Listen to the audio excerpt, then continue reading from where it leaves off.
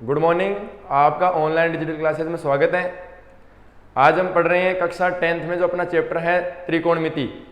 तो आज हम पढ़ेंगे त्रिकोणमिति। तो देखो त्रिकोणमिति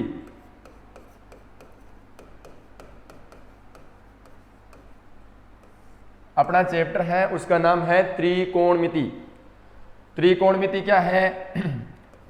त्रि मतलब तीन, त्रि मतलब कितना हो गया? तीन हो गया। फिर कोण, ज्यामिति या आकृति। ये त्रिभुज का जो त्रिकोण है उसका शाब्दिक अर्थ है। त्रिकोणमिति अर्थात त्रि का मतलब तीन, कोण एंगल हो गया, और आकृति जिस प्रकार की आकृति होती है। तो तीन भुजाओं की आकृति जिसमें तीन कोण होते हैं वो त्रिकोणमिति में सम्मिलित है। जैसे बात करता हूं कि तीन कोण किस में होते हैं? त्रिभुज में होते हैं। त्रिभुज जिसमें तीन भुजा होती है, और तीन भुजा एक दूसरे बिंदु को जहां मिलती है, तीन भुजाएं एक दूसरे बिंदु को जहां पर मिलती है वहां पर कितने कोण हो जाएंगे? तीन कोण हो जाएंगे। तो उसको बोलेंगे त्रिकोण। और मिति क्या हो गई? आकृति या ज्यामिति। ठीक है, तो ये हो गई त्रिकोणमिति। अब हमेशा याद रखना कि जो त्रिकोणमिति होती है उसमें हमें त्रिभुज का तो पता लग गया, लेकिन जो त्रिभुज होता है उसमें राइट एंगल होगा, अर्थात 90 डिग्री का कोण। मतलब जो त्रिभुज है वो क्या होगा? समकोण त्रिभुज।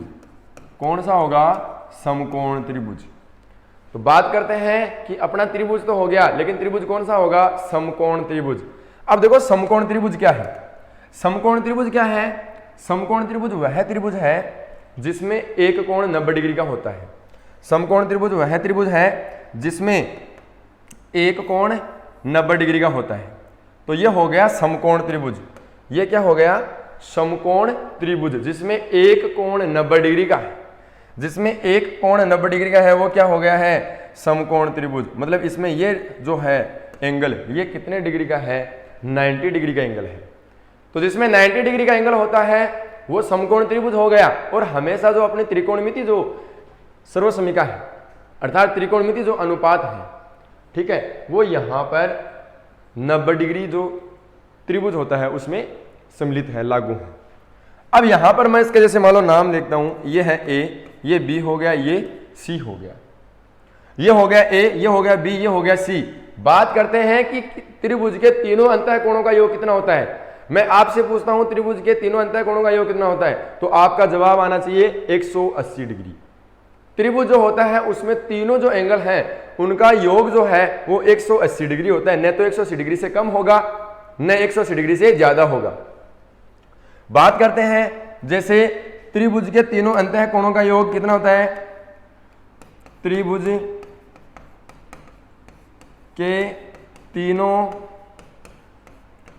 अंतःकोणों का कितना होता है? तीनों अंतःकोणों का योग कितना होता है? 180 डिग्री। कितना डिग्री? 180 डिग्री। मैं आपको बता दूं कि यहां पर त्रिभुज के तीनों जो कोण हैं, त्रिभुज के तीनों जो कोण हैं यहां पर हैं ए बी सी। तो बोल दें कि कोण ए प्लस कोण बी प्लस कोण सी बराबर कितना हो जाएगा? 90 डिग्री हो जाएगा। कोण ए प्लस कोण बी प्लस कोण सी, बच्चों कितना हो जाएगा? 90 डिग्री। अब यहां पर हमें पता है, सॉरी यहां पर कितना जाएगा? 180 डिग्री, और 90 डिग्री का मान है बी का मान। यहां पर तो 180 आ जाएगा, या फिर इसको लिख देंगे 90 गुणा 2। यहां पर कितना आ जाएगा? यहां पर आ जाएगा 180 डिग्री। यहां पर तो आ गया 180 डिग्री, क्यों मैंने यहां पर 180 डिग्री लिखा है, यहां पर भी 180 डिग्री लिखेंगे। 90 डिग्री आएगा, लेकिन 90 डिग्री कहां पर आएगा? 90 डिग्री आएगा बी के स्थान पे। क्यों आएगा? क्योंकि यहां पर बी जो कोण है वो समकोण है। समकोण का मतलब एक कोण 90 डिग्री का है, एक कोण राइट एंगल। तो बात करते हैं यहां पर कोण ए प्लस कोण 90, तो यहां पर कितना आ जाएगा? यहां पर कितना आ जाएगा? 90 डिग्री। क्यों? क्योंकि देखो बच्चों यहां पर अपना जो त्रिभुज है उसमें बी का मान कितना है?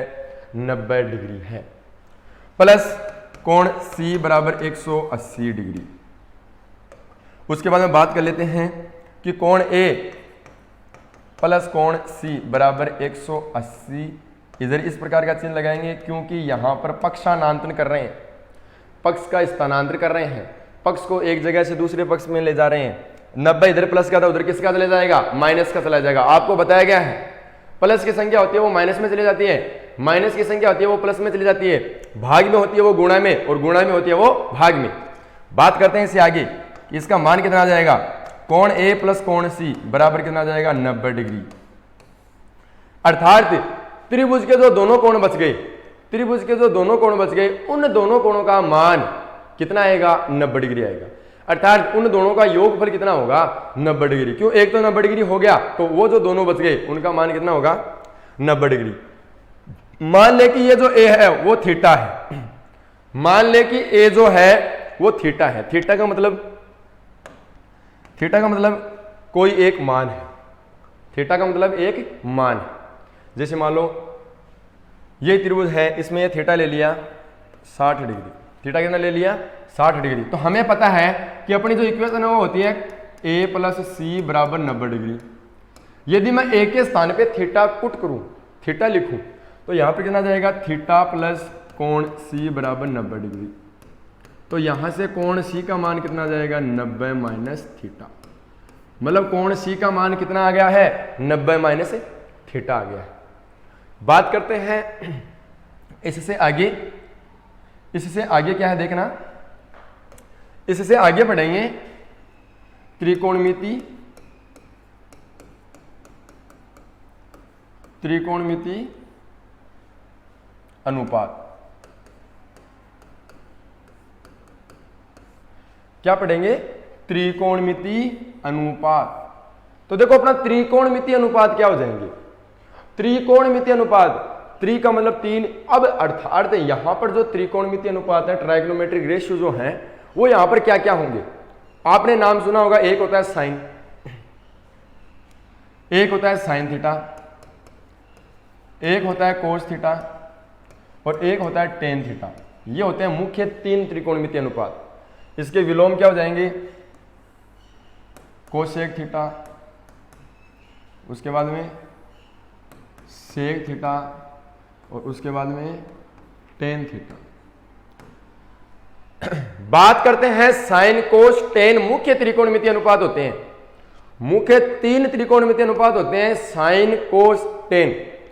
अब यहां पर ये साइन कोस टेन क्यों है, क्योंकि यहां पर जो भुजाओं में जो संबंध बताते हैं, भुजाओं में जो संबंध बताते हैं, भुजाओं में अनुपात जो होता है वो यहां पर साइन कोस टेन हो जाएगा।